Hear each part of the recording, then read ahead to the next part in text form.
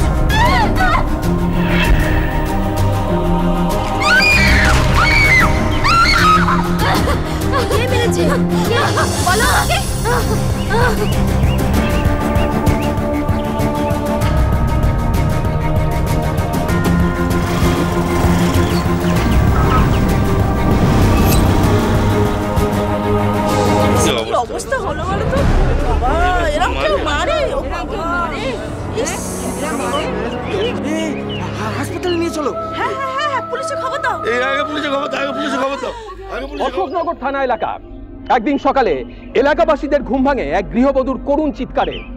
Acid ছুঁড়ে মারা হয় তাকে। হ্যাঁ, ঠিকই শুনেছেন, অ্যাসিড ছুঁড়ে মারা হয়। মুখটা কোনো মতে বেঁচে গেলেও একটা হাত পুড়ে যায়। কোনো মতে নিজেকে বাঁচিয়ে পাশে একজনের বাড়িতে আশ্রয় নেয় সে। স্থানীয় লোকজনদের দেখে পালিয়ে যায় এতটাই। সকালবেলায় কাজে আসতেছিল, ওই কাকফুলের ওইখানে ব্রিজের আগে আইছিল মোটর সাইকেলে, আর সে অ্যাসিড মারিছে মেয়েটাকে। হ্যালো, হ্যাঁ স্যার, হ্যাঁ হসপিটালে পাঠিয়ে দিয়েছি। না এখনো নয়, আমি জেনে নিচ্ছি। হ্যাঁ ঠিক আছে, ঠিক আছে স্যার, ঠিক।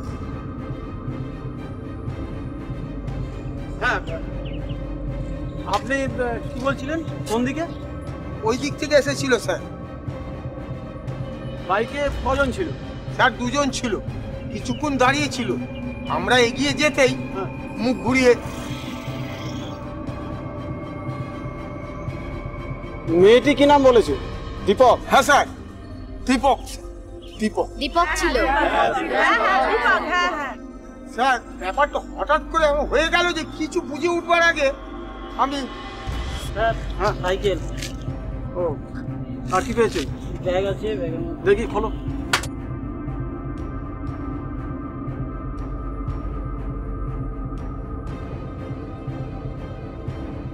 Tiffin box. মাধববাবু। হ্যাঁ স্যার। আপনাকে একবার থানায় আসতে হবে। এখন তো হসপিটালে ভর্তি, এক সাইড একদম পুরো পুড়িয়ে গেছে।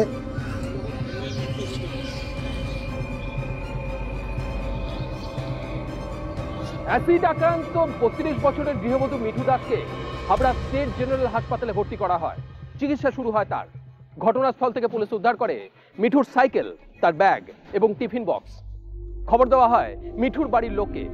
স্থানীয় লোকজনের বয়ান অনুযায়ী জ্ঞান হারানোর আগে মিঠুর মুখে শোনা যায় একজনের নাম, দীপক। কিন্তু কে এই দীপক? ওই আমার জামাই দিলীপ মজুমদার। অশান্তি একটু চলতেছিল। হ্যাঁ স্যার, দীপকই ওর স্বামী। মানে আপনি বলছেন মিঠুর স্বামী মিঠুকে অ্যাসিড ছুঁড়েছে? আপনি নিশ্চিত যে দীপকই এই কাজ করেছে? হ্যাঁ, আমার মেয়ে ঠিক বলেছে স্যার, এই কাজ ও ছাড়া কেউ করতে পারে না। তিলে তিলে ও আমার মেয়ের জীবনটা নষ্ট করেছে স্যার। আচ্ছা, আপনার মেয়ে তো আপনার সাথেই থাকতো। লকডাউনের আগে মেয়ে আমার কাছে চলে এসেছিল। কেন? নিজের ঘর ছেড়ে আপনার বাড়িতে এসেছিল কেন? দিন রাত শুধু অশান্তি স্যার। কথায় কথায় আমার মেয়েটার গায়ে হাত তুলত, সংসারে এক পয়সাও দিত না। মিথ্যা বলেও বিয়ে করেছে। এরকম একটা মানুষের সাথে থাকতে পারে কেউ বলুন? ওর এই স্বভাবের জন্যই তো আগের বউটা ছেড়ে চলে গেছিল। আগের বউ ছেড়ে চলে গিয়েছিল মানে? দীপকের আগেও, মানে আপনার মেয়ে ওর দ্বিতীয় পক্ষের স্ত্রী? তা আপনি জেনে বুঝে এরকম ছেলের সঙ্গে বিয়ে দিলেন? আমার মেয়েরও আগে বিয়ে হয়েছিল স্যার। ওর স্বামী ওকে ছেড়ে দেয়। তারপর আচ্ছা নিমের বাবু, আপনি একটু খোলসা করে বলুন তো পুরো ঘটনাটা কি? অনেকগুলো তথ্য উঠে আসে পুলিশের তদন্তে। মিঠু আর দীপক দুজনেরই আগের বিয়ে ভেঙে যাবার পর তারা দ্বিতীয়বার বিয়ে করে। 2 বছর আগে দুজন সংসার ভাঙা মানুষ নিজেদের মতে সবকিছু জেনে শুনে দ্বিতীয়বার সংসার করে। এটা খুবই স্বাভাবিক ব্যাপার। কিন্তু এই 2 বছরের মধ্যে কি এমন হলো যার পরিণতি এই অ্যাসিড হামলা?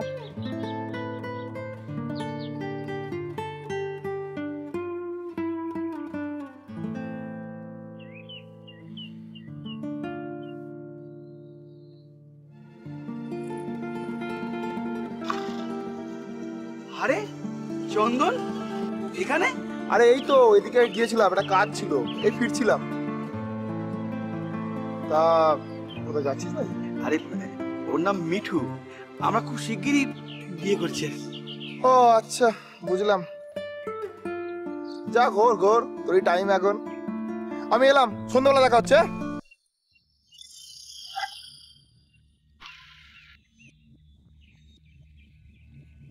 আরে কি হলো? কই কিছু না তো। আরে আরে ও আমার ছোটবেলাকার বন্ধু, আর তুমি ওকে দেখে নার্ভাস হয়ে গেলে কেন? না না, নার্ভাস হবো কেন?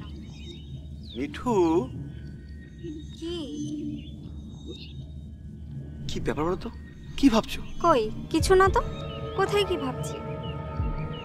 আমি জানি তুমি মন থেকে মেনে নিতে পারছো না আমাদের এই বিয়ের ব্যাপারটা। আচ্ছা, আমি তো এটা বুঝতে পারছি না অসুবিধাটা কোথায়। সেখানেই তো চিন্তা দীপক। দেখো মিঠু, আমরা দুজনেই কিন্তু কেউ বাচ্চা নই, আর এটা তো নয় যে আমরা প্রথমবার দুজনে বিয়ে করছি। একবার যার কপাল পুড়েছে তার তো চিন্তা হওয়ারই কথা। ও তার মানে, দেখো মিঠু, তুমি যদি এই ভয় পাও তাহলে আমার কিছু করার নেই। তোমাকে আগেও বলেছি, ছবিকে কিন্তু আমি নিজে থেকে যেতে বলিনি, ও নিজের ইচ্ছায় আমাকে ছেড়ে চলে গেছে। তুমি ভুল ভাবছো দীপক, আমি তোমাকে সেভাবে বলতে চাইনি। তোমার ভাবনার কারণ আছে, কিন্তু আমি তোমার আর তোমার বাড়ির লোকের কাছে কিন্তু কোনো কিছু গোপন করিনি।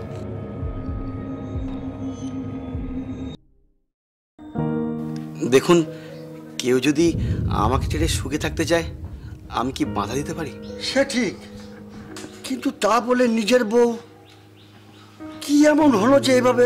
জানি না, হয়তো ছবির প্রথম থেকেই আমাকে পছন্দ ছিল না। আর তোমার ছেলে মেয়ে? হ্যাঁ, তোমার ছেলে মেয়ে তারাও চলে গেল? দেখুন, ছেলে মেয়ে বলতে আমার একটাই ছেলে। আসলে ছবি যখন চলে যাওয়ার জন্য মনস্থির করলো তখন ছেলেকে নিয়ে চলে গেল। স্বামীর সংসার ছেড়ে নিয়ে দিব্যি চলে গেল? আমি আর আটকাইনি।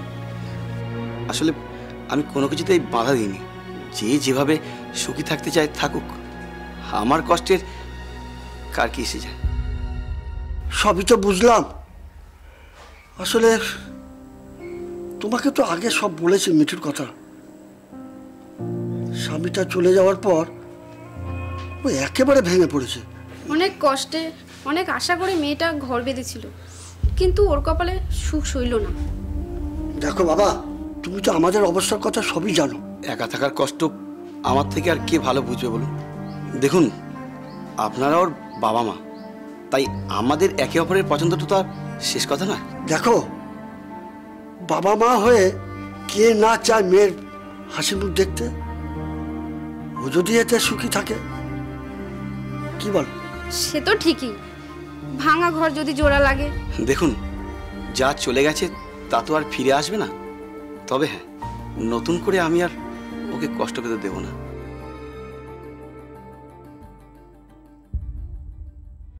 দেখো মিঠু, আমরা দুজন দুজনকে ভালোবাসি, পছন্দ করি, আমরা তো কারোর উপরে জোর করিনি। তাহলে তাহলে কেন এত কিন্তু কিন্তু অতীতটাকে সারা জীবন কেন বয়ে নিয়ে যাবে? সত্যি কথা বলবো, আমার কেমন ভয় হচ্ছে। অনেক তো ভয় পেয়েছো, এবার না হয় আমার উপর একটু ভরসা করো।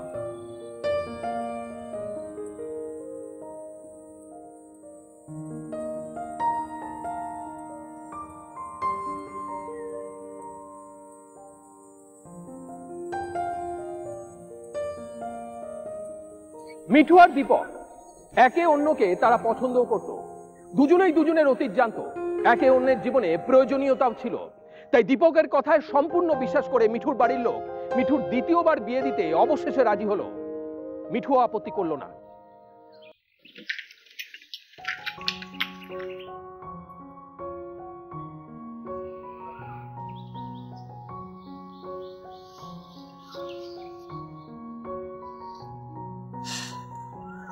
অবশেষে তোমার নতুন ঘর।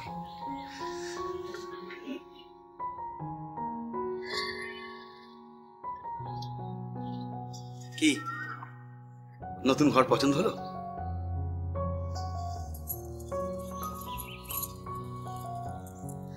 এই নাও, এতে আলমারির আর ঘরের চাবি। এতদিন যেমন ভাবে পেরেছি সামলেছি, এবার সংসারের দায়িত্ব সব তোমার।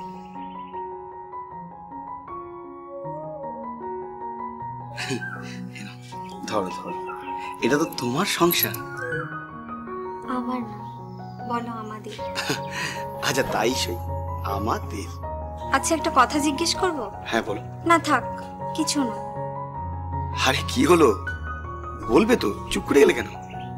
না, এত তাড়াতাড়ি সবকিছু হয়ে যাবে ভাবতে পারিনি, তাই অবাক লাগে। ও এই কথা, ঠিকই বলেছো। আমিও যে অবাক হইনি এই কথা বললে মিথ্যে বলা হবে। আসলে একা থাকতে থাকতে হঠাৎ করে সঙ্গী জুটে গেলে অবাক হওয়ারই তো কথা। আচ্ছা, একটা কথা জিজ্ঞেস করব? রাগ করতে পারবে না কিন্তু। বলছি তো, বলো না, কি কথা? আচ্ছা, ছবির কথা বা তোমার ছেলের কথা একবারও মনে পড়ে না তোমার?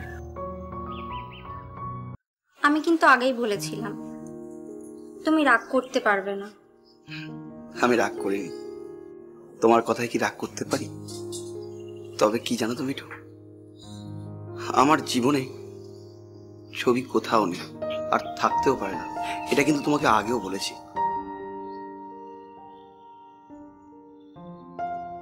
আর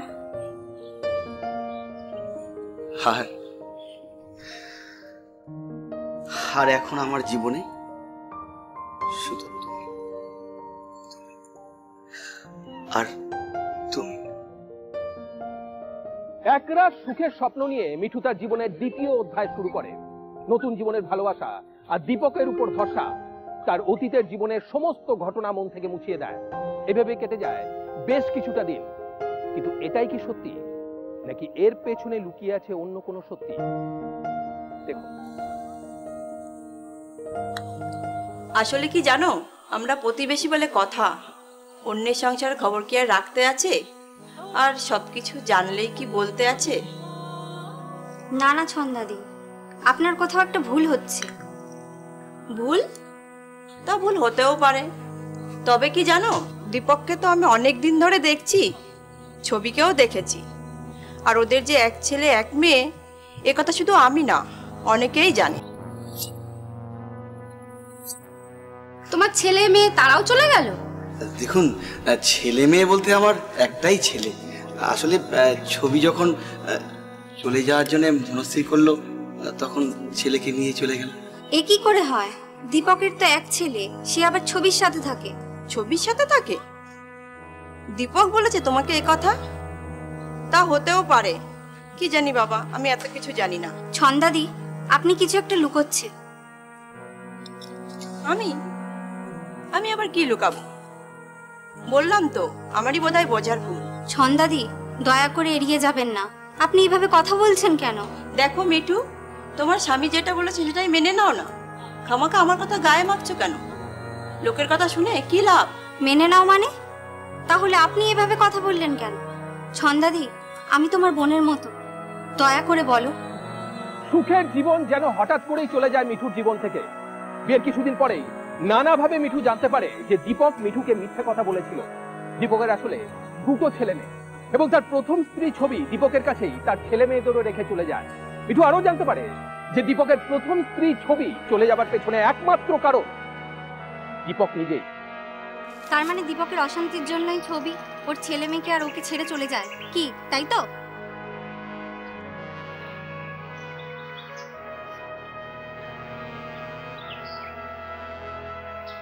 তার মানে আমাকে যা বলেছে দীপক ওর বউয়ের ব্যাপারে, ওর ছেলে মেয়ের ব্যাপারে সব মিথ্যে। আর তোমরা সবাই সবকিছু জেনে আমাকে কিছুই বলনি। দেখুন, এইভাবে আপনার আমার সঙ্গে কথা বলাটা ঠিক নয়। আপনি বাড়ি যান। চন্দন, তুমি তোর ছোটবেলার বন্ধু, আমার থেকেও তুমি ওকে আরো বেশি ভালো করে চেনো। তোমার তো বিয়ের আগেও আমার সাথে পরিচয় ছিল, তখন তো অন্তত এখন দয়া করে বলো।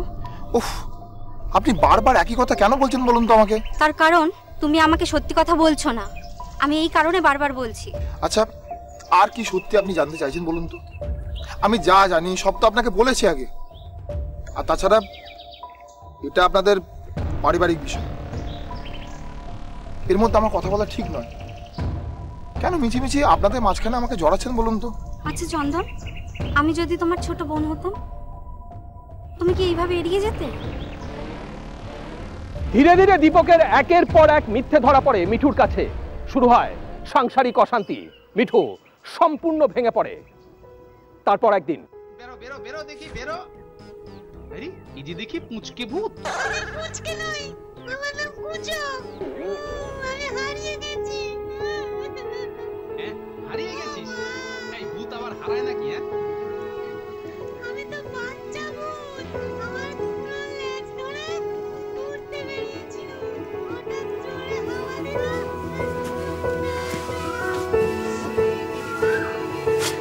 তুমি কি আমাদের নতুন মা?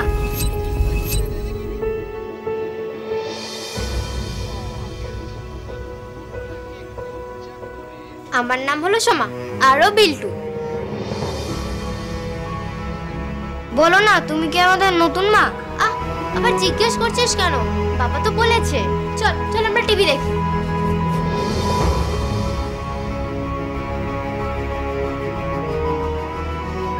তোমাকে আগেও বলেছি, ছবিকে কিন্তু আমি নিজে থেকে যেতে বলিনি। ওর নিজের ইচ্ছায় আমাকে ছেড়ে চলে গেছে। তুমি ভুল ভাবছো দীপক, আমি তোমাকে সেভাবে বলতে চাই। তোমার ভাবনার কারণ আছে, কিন্তু আমি তোমার আর তোমার বাড়ির লোকের কাছে কিন্তু কোনো কিছু গোপন করিনি।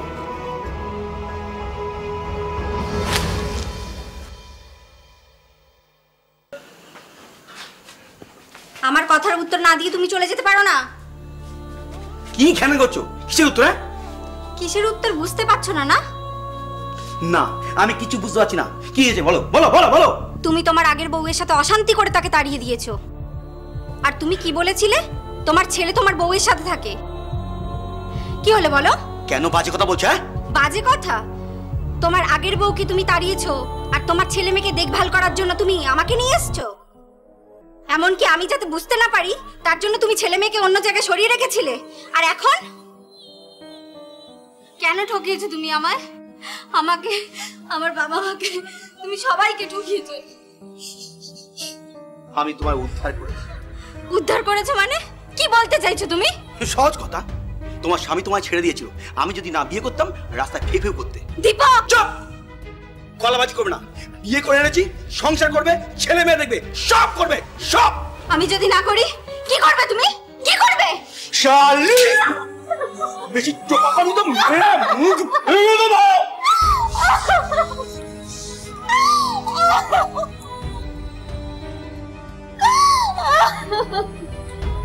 ওমা ওমা এই মা কি রে? তোদের কতবার বলেছি আমি তোদের মা না? কথা কানে যায় না? আমাদের আগুন মা তো আমাদের ছেড়ে চলে গেছে, তাহলে আমরা এখন কাকে মা বলে ডাকবো? জানি না, তোদের বাবাকে কি জিজ্ঞেস কর। এই দিদি, দেখি আমাদের মা না এখন না বলছে, রাগ করেছে তো তাই। রাগ কমে গেলে আবার মা হবে। হ্যাঁ,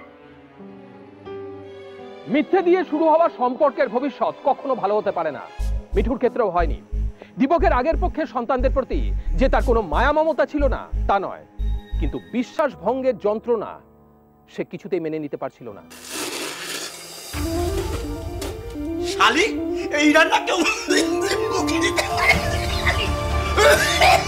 শালি এই রান্না খাওয়া যায়? এই রান্না তোমার রুচবে কেন?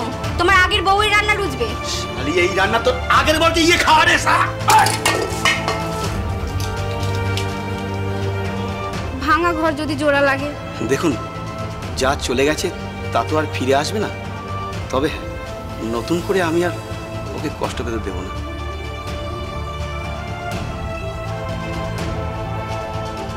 অনেক তো ভয় পেয়েছ, এবার নয় আমার উপর একটু ভরসা করো।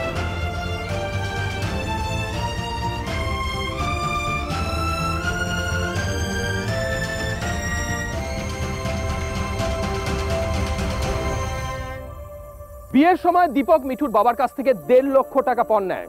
মিঠুর বাবা নিতাই দাস সামান্য দিন মজুরের কাজ করে, অনেক কষ্ট করে টাকা জোগাড় করে মিঠুর বিয়ের জন্য তুলে দেয় দীপকের হাতে।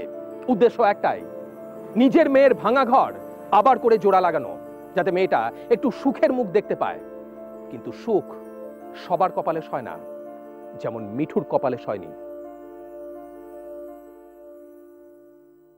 সবকিছু মুখ বুঝে সহ্য করলি? তাছাড়া কোনো উপায় ছিল না মা। কেন উপায় ছিল না? কেন তুই আগে আমাদেরকে জানাসনি কেন? তোমাদেরকে জানিয়ে কি করতাম বাবা? মিছে কষ্ট দিতাম। আর তুই যে কষ্ট পাচ্ছিস, ওটা আমার কপাল মা। তা বললে হবে? বিয়ের সময় তো বড় বড় কথা বলেছিল, হাত পেতে টাকা নিয়েছিল, আর এখন আমার মেয়েকে কষ্ট দেওয়ার অধিকার ওকে কে দিয়েছে? এবার নয় আমার উপর একটু ভরসা করো। ওকে কষ্ট দেওয়ার অধিকার আমি দিয়েছি, আমার বিশ্বাস দিয়েছে। আমি ভুল করেছি বাবা, ওকে বিশ্বাস করে আমি ভুল করেছি।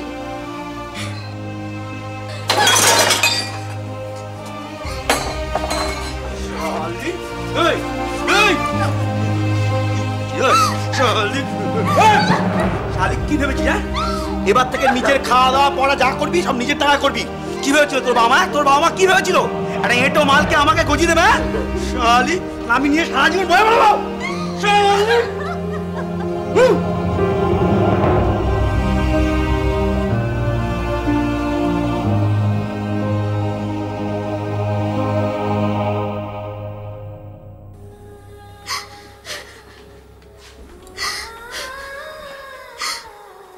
বাবা মা, আমাকে একটু থাকতে দেবে? আমি আর পারছি না।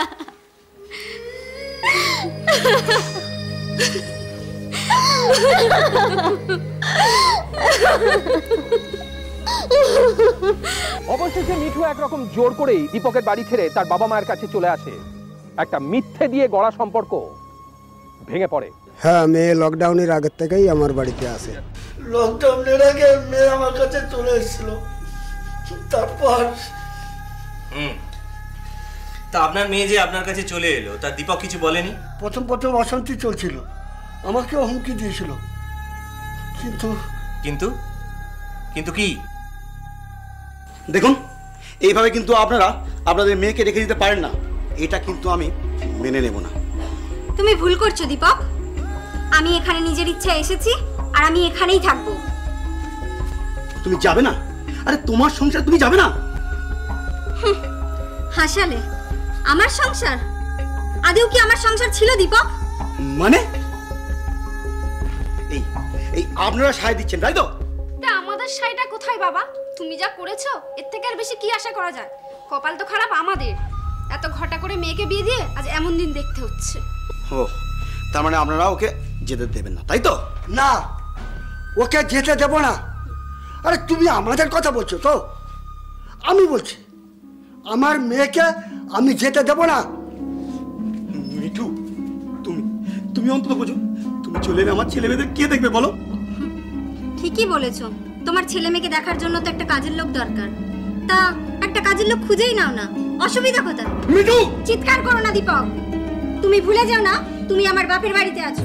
ভাবতে অবাক লাগছে, বিয়েতে 1.5 লক্ষ টাকা পণ নিয়েছিলে, আর তার বদলে আমার মেয়ের গায়ে হাত তুলতে পর্যন্ত ছাড়োনি। ছি ছি, আবার কোন মুখ নিয়ে এসছো মিঠুকে নিয়ে যেতে? আপনারা কিন্তু খুব ভুল করছেন। ভুল করেছিলাম তোমার মতো মানুষকে বিশ্বাস করে, আর এখন সেটা আমি শুধরে নেব। তুমি মিথ্যে তার পাচ্ছ দীপক। যে সম্পর্ক মিথ্যে দিয়ে শুরু হয় সেই সম্পর্ক আমার রাখার কোনো ইচ্ছা নেই। মিঠু কি ব্যাপার, তুমি মারবে নাকি? তোমার সাহস তো কম না, তুমি আমাদের সামনে আমাদের মেয়ের গায়ে হাত তুলবে? কই হাত দাও দেখি। মনে রাখবে এর ফল কিন্তু ভালো হবে না। তুমি কি ভয় দেখাচ্ছ? কি করবে তুমি, কি করবে? খুব ভুল করলেন, খুব ভুল করলেন।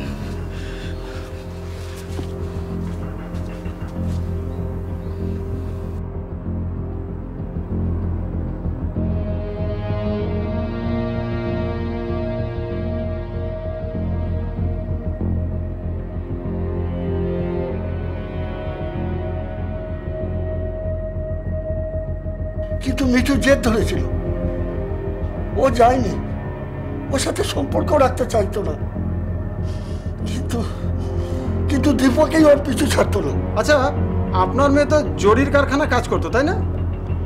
বাপের উপরে বোঝা হবে না তাই বেশি দিন না, এই মাস 2 আগে ইসমাইল শ্রফের কাপড়ের কারখানায় জরি কাজ নিয়েছিল।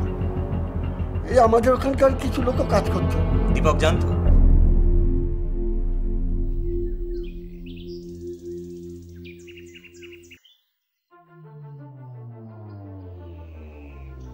কাজে যাচ্ছ?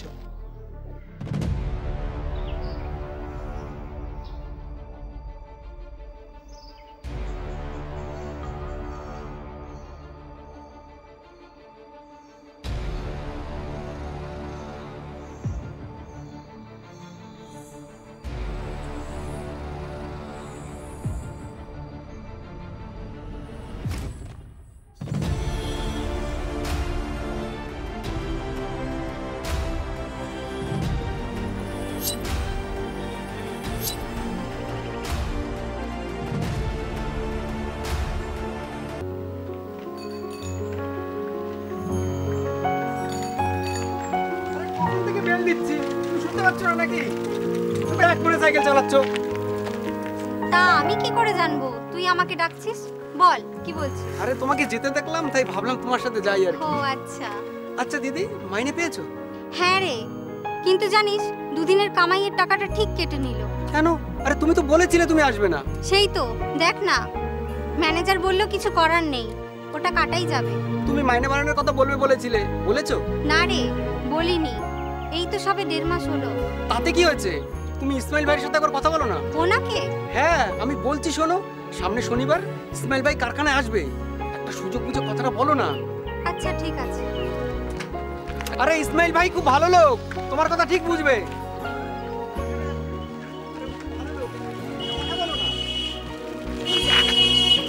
কি হলো? ঠিক আছে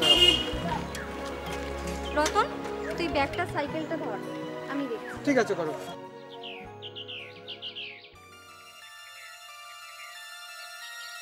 দিদি আমায় দাও না, আমি করছি। না না ভাই, তুই ধর, আমি করে নিচ্ছি। প্যাটেলটা একবার ঘুরিয়ে দেখো, দেখো দেখো।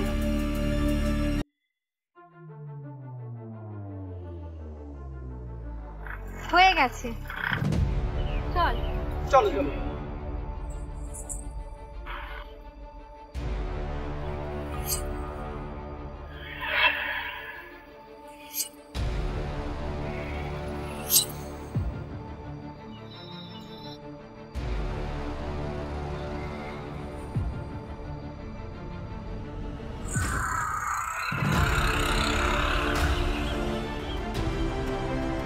পরিচিত নাকি?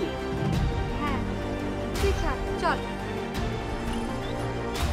দীপকের মনের মধ্যে ক্রমাগত একটা গভীর আক্রোশ জমতে থাকে।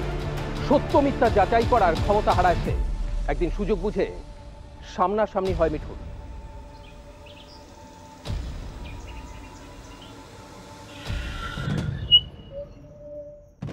কি ব্যাপার তুমি? কেন চমকে গেলে নাকি? এভাবে রাস্তা আটকানোর মানে কি? বেশ তো চিকনাই হয়েছে, নতুন কাজ করছো, টাকা কামাচ্ছো, নতুন স্বামী পেয়েছো। কি যাতা বলছো তুমি? কেন ভুল বললাম নাকি? ভুল ঠিক বোঝার মতো ক্ষমতা তোমার আছে? বারে আমি ভুল বুঝলাম? কি জানে বিয়ে টিয়ে করেছে কিনা। তা তোমার এই মাথার সিঁদুরটা কার? আমার দেওয়া না অন্য কার? ঠিকই বলেছো। অবশ্য তোমার মতো মানুষের থেকে আর কি আশা করা যেতে পারে? তাই তো। আরে অসুবিধাটা কোথায়? তা ওই বাচ্চাটার নাম কি জানো? রতন, তাই তো? হ্যাঁ, তা ওই কচি ছেলের মাথাটা খেলে কি করে? হ্যাঁ, ছি, তোমার মতো লোকের সাথে কথা বলতেই ঘেন্না করছি। রাস্তা ছাড়ো।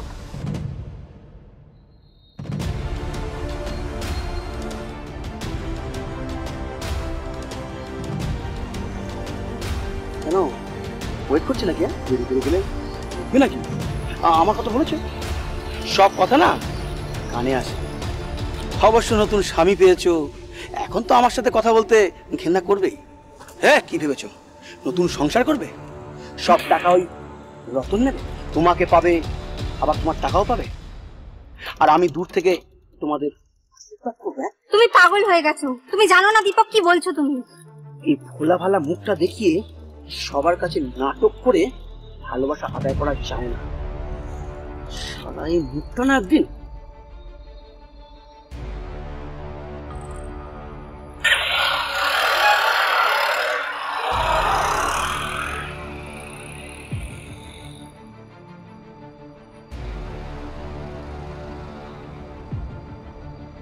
এরপর বেশ অনেকবার মিঠুকে হুমকি দেয় দীপক। মিঠু যতটা সম্ভব তাকে এড়িয়ে চলার চেষ্টা করে, কিন্তু যতদিন যায় দীপকের আক্রোশ বাড়তেই থাকে। আগাম বিপদের আশঙ্কা, তাই মিঠু বুঝতে পারে না। আর তারপর একদিন সেই ঘটনা ঘটে যার কথা মিঠু স্বপ্নেও ভাবতে পারেনি।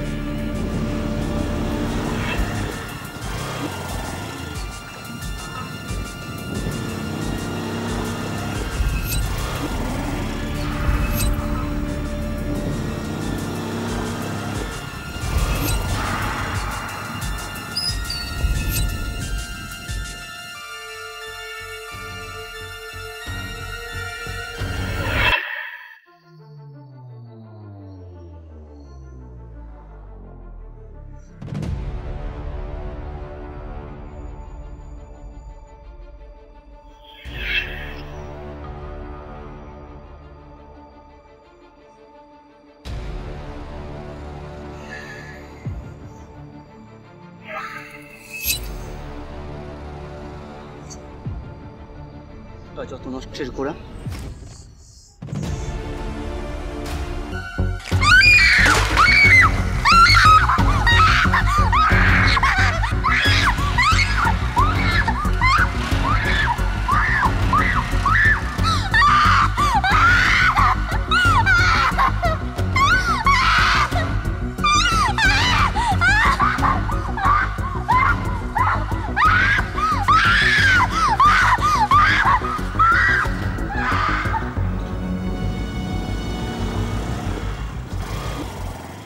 সাইকেল দাঁড়া করাইয়া মোটর সাইকেলে এসে সাইকেল দাঁড়া করাইয়া আর কি ওর গায়ে অ্যাসিড মারে।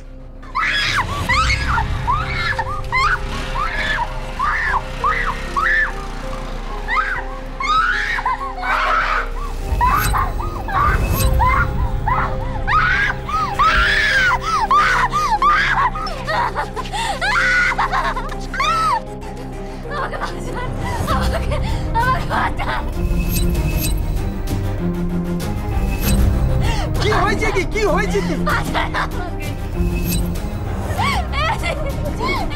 কোথায় এসে ফেলেছে কোথায় কে মেরেছে কে বলো আমাকে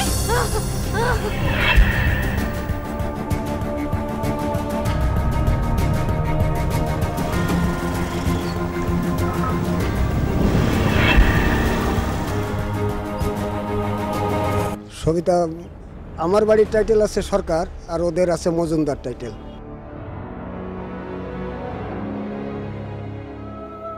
দীপক পালিয়ে যায়, পুলিশ তার খোঁজ শুরু করে। মিথ্যে দিয়ে শুরু হওয়া একটা সম্পর্কের পরিণতি কখনোই সুস্থ হতে পারে না। মিঠুর ক্ষেত্রেও হয়নি। মিঠু নিজের মতো করে বাঁচতে চেয়েছিল, জীবনের সমস্ত যন্ত্রণা ভুলে সুখের মুখ দেখতে চেয়েছিল, কিন্তু অ্যাসিড তার সেই সুখকে ছারখার করে দেয়। অকারণ সন্দেহের বশে তৈরি আক্রোশের ফলে ঘটা নির্মম পরিণতি একটা নয়, একাধিক জীবনকে শেষ করে দেয় মুহূর্তে। আজ এই পর্যন্তই। পরবর্তী পর্বে ফিরে আসবো এরকমই কোনো সত্য ঘটনার চিত্ররূপ নিয়ে। ততক্ষণ সুস্থ থাকুন, সতর্ক থাকুন, সাবধানে থাকুন আর দেখতে থাকুন পুলিশ ফাইলস।